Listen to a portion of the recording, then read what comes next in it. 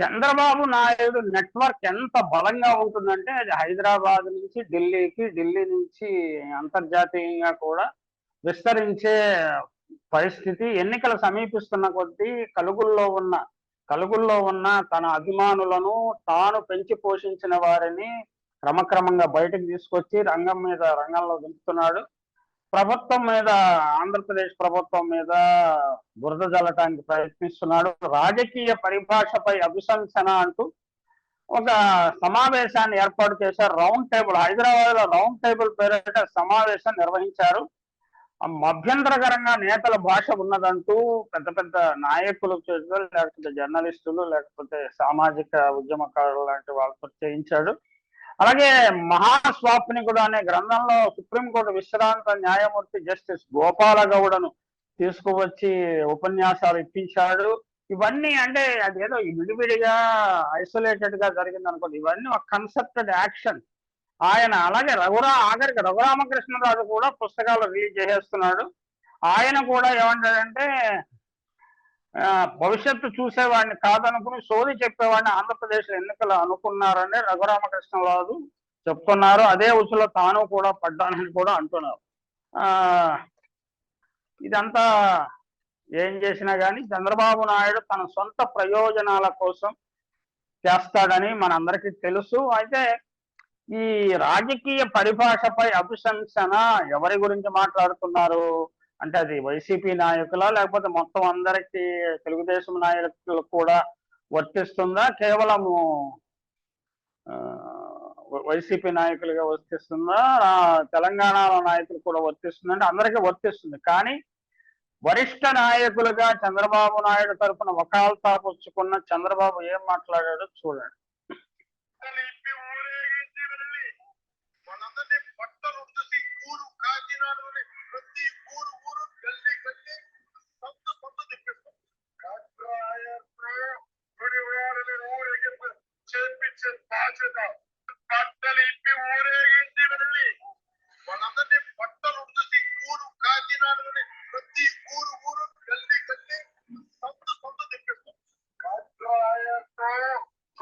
రాజకీయ నాయకుల పరిభాష అంటే ఎవరు, ఏ రాజకీయ నాయకులు? మనం అసెంబ్లీలో కూడా చూసాం. తెలుగుదేశం పరిపాలనలో రాజకీయ నాయకులు ప్రతిపక్షాలపై ఏ విధంగా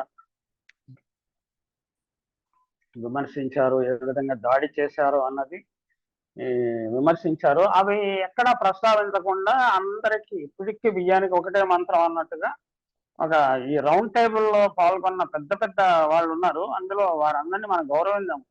కాకపోతే వాళ్ళు నిజంగా ఆ రౌండ్ టేబుల్లో కూర్చుని కాఫీ తాగా భోజనం చేసి వెళ్ళిపోవటము, 4 ముక్కలు చెప్పటము, దాన్ని కొన్ని మీడియా సంస్థలు తమకు అనుకూలంగా మలుచుకోవడం, రాజకీయ పార్టీలు తమకు అనుకూల మలుచుకోవటం మనకు తెలుసు. ఇది గతంలో జరిగింది, ఇప్పుడు జరిగింది. విజయవాడలో రామోజీరావు మార్గదర్శి మీద కేసు పెట్టినప్పుడు అప్పుడు సిఏలు ప్లస్ లాయర్లు, మరి మేధావులు, సోకాళ్ళు మేధావులు వీళ్ళందరూ సమావేశమై తీర్మానాలు చేశారు కదా. కానీ రామోజీరావు తప్పు అని ఎక్కడ మాట్లాడకుండా చేస్తారు. ఇక్కడ కూడా ఇదే జరుగుతుంది. ఇందులో చాలా పెద్ద పెద్ద వాళ్ళు పాల్గొన్నారు కాబట్టి వారిని గౌరవించాల్సిన బాధ్యత మనకున్నది. అయితే శ్రీశ్రీ గారు చెప్పినట్టు దొంగలంక కొడుకులు అసలే ఈ లోకంలో అనే మాట నాకు గుర్తుకొస్తుంది. అంటే అవసరం వచ్చిన పద్ధతిలో ప్రతి సన్నివేశాన్ని, సంభాషణని వక్రీకరించగల సామర్థ్యం ఉన్న మేధావులే అందరూ చేరారు కాబట్టి రౌండ్ టేబుల్లో వారికి ఇష్టవచ్చిన తీర్మానాలు చేస్తుంటారు. అయితే వారు ఏం చెప్పారో మనం గౌరవిద్దాము, వారు ఏం మాట్లాడారో కూడా చూద్దాం. తెలుగు రాష్ట్రాల్లో రాజకీయ ప్రసంగాలు, చర్చలు, విశ్లేషణల్లో పరస్పర నిందనలు ప్రధానమయ్యాయని, ఒకరితో ఒకరు పోటీ పడి తిట్టుకుంటున్నారని న్యాయ కోవిదులు, ఉన్నతాధికారులు, విద్యావేత్తలు, సామాజిక కార్యకర్తలు, కవులు, కళాకారులు, పత్రికేయులు అభిశంసించారు అట. ఖచ్చితంగా అభిశంసించారు. వాళ్ళు మంచి పనే చేశారు. కానీ ఎవరు స్పెసిఫిక్ గా ఉంటే మరి బాగుండేది.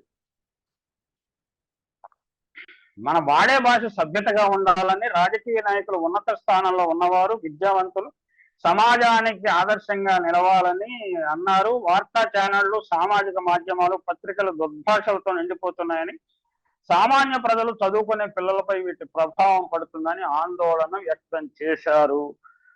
మంచి పని చేశారు. కానీ పత్రికల్లో వచ్చే భాష ఏమిటి, పత్రికల్లో వచ్చే వార్తలు ఏమిటి, పత్రికల్లో వచ్చే నింద, main stream media, social media కంటే అధ్వాన్నంగా మెయిన్ స్ట్రీమ్ మీడియాలో వస్తున్న వార్తలు ఏమిటి, వాటి గురించి స్పెసిఫిక్ గా మాట్లాడకుండా భర్తృహరి సుభాషితాలు ఎన్నైనా వల్లించవచ్చు. అందుకనే నేను శ్రీశ్రీ గారిని కోట్ చేశాను. భర్తృహరి సుభాషితాలు ఎన్నైనా చెప్పవచ్చు, కానీ భర్తృహరి కూడా చివరి చెప్పుకున్నాడు జీర్ణమంగే సుభాషితం అని. నేను చెప్పిన సుభాషితాలన్నీ నేనే జీర్ణించుకుంటున్నాను, ఇది వినేవాళ్ళు ఎవరు లేరని. అదే కూడా ఇందులో పాల్గొన్న మేధావులు కూడా అదే అభిప్రాయాన్ని, అదే వాస్తవాన్ని తెలుసుకోవాల్సిన అవసరం ఉన్నది. బాధ్యత కలిగిన పౌరులంతా ఈ తరహా అసభ్యకరమైన భాషను అభిశంసించాలని కోరారు. చాలా మంచి పని చేశారు. సంస్కార రహితంగా ఎవరు మాట్లాడినా వారిపై నిరసనలు తెలియజేస్తామని ప్రకటించారు. ముందు ఇందులో ఈ మేధావుల్లో వారు గతంలో రాసిన రాతలు కానీ, ఇప్పుడు కూడా చేస్తున్న రాతలు కానీ, వారు మోస్తున్న పల్లకీలో ఉన్న నాయకుల గురించి కూడా వీరు మాట్లాడితే బాగుంటుంది. అభ్యంతరకర వ్యాఖ్యలను ప్రసారం చేయకూడదని, ప్రజలను స్వీకరించకుండా బహిష్కరించాలని విజ్ఞప్తి చేశారు. అంటే ఇది టీవీ ఛానల్స్ లో వచ్చే మహాభయంకరమైన వార్తలు, వీటి గురించి టెలికాస్ట్ల గురించి ఏం మాట్లాడలేదు. అలాగే ఇక మహాస్వాప్నికుడు అనే పుస్తకం పేరుతోటి జస్టిస్ గోపాల గౌడ కూడా చంద్రబాబుని మహా పొగిడారు. అంటే ఇవన్నీ కన్స్ట్రక్టెడ్ యాక్షన్. ఒక పక్కన అది జరుగుతుంది, ఒక పక్కన ఇది జరుగుతుంది. దీని వెనక ఒక వ్యూహం ఉన్నదనే విషయాన్ని ప్రజలు గుర్తిస్తారు. ప్రజలే సారథులై చంద్రబాబును వచ్చే ఎన్నికల్లో గెలిపించాలని సుప్రీంకోర్టు న్యాయమూర్తి జస్టిస్ గోపాల గౌడ సూచించారు. ఆయన ఏం సూచించడు కానీ ఈనాడు పత్రికలో అలా వచ్చింది. మహిళలకు గౌరవం దక్కాలన్నా, ఇప్పుడు మహిళలకు గౌరవం ఆంధ్రప్రదేశ్ లో తగ్గిపోయిందా? మహిళల్ని ఎంపవర్ చేసిన, సాధికారిత సృష్టించిన నాయకుడు జగన్మోహన్ రెడ్డి అని ప్రజలు గుర్తించారు. అందుకనే ఓటు వేయటానికి కూడా సిద్ధంగా ఉన్నారు. ఆ సిద్ధంగా అవటం వలన ప్రజలే కృష్ణ చంద్రబాబును గెలిపించాలని, శ్రీకృష్ణుల పాత్రలో ఉండాలని చెప్తున్నారు. సామాజిక న్యాయం అందాలని, చంద్రబాబు నాయుడు సామాజిక న్యాయం ఎవరికి చేశాడో గోపాల గౌడ గారు చెప్పాలి. ఆయన గౌరవనీయులైన సుప్రీంకోర్టు న్యాయమూర్తిగా పనిచేశారు. ఆయన చంద్రబాబు నాయుడు చేసిన సామాజిక న్యాయం ఏమిటో చెప్పకుండా గాలి కబుర్లు చెప్పడం దురదృష్టం. యువతకు ఉద్యోగాలు రావాలన్నా ఎంతమందికి ఉద్యోగాలు ఇచ్చాడు, ఎంతమందికి గెయిన్ఫుల్ ఎంప్లాయ్మెంట్ క్రియేట్ చేశాడు, వ్యవసాయాన్ని నాశనం చేసిన విషయాన్ని కూడా మనము ప్రస్తావించుకోకుండా, యువతకు ఉద్యోగాలు రావాలని, రైతులకు న్యాయం జరగాలి, రైతులకు న్యాయం చంద్రబాబు చేశాడా? మీరు ఒకసారి గోపాల గౌడ గారు, మీరు ఒకసారి ఆయన హిందూ రూరల్ ఎడిటర్ ఉన్నారు కదా, ఆయన చేసిన స్టడీ, అంటే చంద్రబాబు నాయుడు హయాంలో ఎన్ని రైతుల ఆత్మహత్యలు జరిగాయి, జిఎస్టిపి వృద్ధి రేటు ఎలా మందగించింది, కాంగ్రెస్ కాలం కంటే ఎలా మందగించింది అనే విషయాన్ని ఒకసారి అధ్యయనం చేస్తే బాగుంటుంది. మీరు కూడా పచ్చ మీడియా చదివి ఇన్ఫ్లుయెన్స్ అయినట్టు కనిపిస్తున్నది. పచ్చ మీడియా ఇన్ఫ్లుయెన్స్ అలాంటిది. తెదేపా అధినేత చంద్రబాబుపై విక్రమ్ పూల రాసిన మహాస్వప్నికుడు, గాలిలో కలలు కనటం అనేది అదే 2020 విజన్ 2020 అన్నాడు, 23 సీట్లకు తగ్గిపోయాడు 2020 వచ్చేనాడు. అది ఆయన స్వప్నము. ఆయన పేదరికాన్ని పెంచాడు. ఏదో హైదరాబాద్ లో ఏదో కొంచెం డెవలప్ చేశాను, 10% పాత్ర ఉంటే ఆయన మొత్తం 90% కబ్జా చేసేసి నేనే చేశా, నేనే ఎయిర్పోర్ట్ కట్టా, నేనే ఔటర్ రింగ్ రోడ్ కట్టా, నేనే మెట్రో రైల్ వేసా, నేనే అన్ని చేశాను, ఇంకెవరో మనం నమ్మాలి కానీ నేనే చార్మినార్ కట్టాను అంటాడు. మన గోపాల గౌడ్ గారు లాంటి వారు నమ్మేసిన ఆశ్చర్యం లేదు. అలా అటువంటి పరిస్థితి ఉన్నది.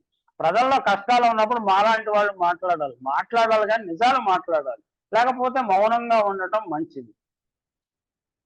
ప్రజల కష్టాలు ప్రజలు ఏం కష్టాల్లో ఉన్నారో ఏం చెప్పలేదు. అంటే ప్రజల పేదరికంలో మగ్గిపోతున్నారా, లేకపోతే చంద్రబాబు నాయుడు గారు కరోనా సమయంలో ఇంటింటికి వెళ్ళి ప్రజలకు సేవ చేశాడా, ఆయన కార్యకర్తలతో పని చేయించాడా, గోపాల గౌడ గారు ఏం చెప్పదలుచుకున్నారు మనకు అర్థం కాదు.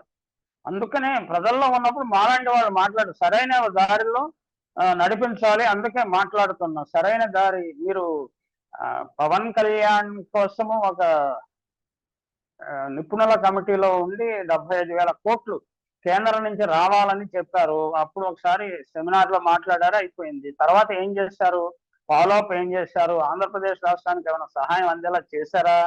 మీ మోరల్ ఇన్ఫ్లుయెన్స్ అంటే ఈనాడు పేపర్లోనో లేకపోతే పచ్చ మీడియాలోనో వార్తలు ప్రచురిస్తారు కాబట్టి అవి వేసుకుంటారు, చదువుతారు.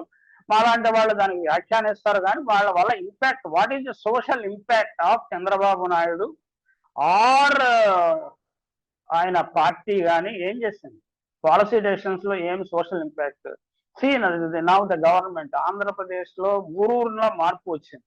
ఆ విషయాన్ని గోపాల గౌడ గారు మనం చూసుండరు, లేకపోతే ఆయన చుట్టూరు ఉండే జనం ఆయనకి వాస్తవాలు తెలియనివ్వరు. మహాస్వాప్నికుడు పేరు చంద్రబాబు సరిపోతుంది. ప్రజలకు మంచి జరగాలి, మహిళలు బాగుండాలని కోరుకుంటున్నారు. మహాస్వాప్నికుడు అంట. ఏమి స్వప్నం చేశాడు? కబుర్లు అయితే బాగా చెప్తాడు.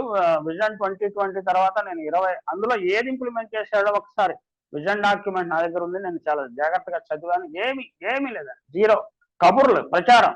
గోపాల గౌడ గారు లాంటి వాళ్ళు వాళ్ళని ఎండార్స్ చేస్తుంటారు. ప్రజలు ముఖ్యంగా మధ్యతరగతి, ఎగువ మధ్యతరగతి ప్రజలు వాళ్ళని నమ్ముతుంటారు, చెవులు పూర పెడుతుంటారు. ఇక మన రఘురామకృష్ణరాజు గారు కూడా ఏం చెప్పాడో మనం తెలుసుకోవాలండి. తెలుసుకోకపోతే మనకు వాస్తవాలు తెలియవు కదా.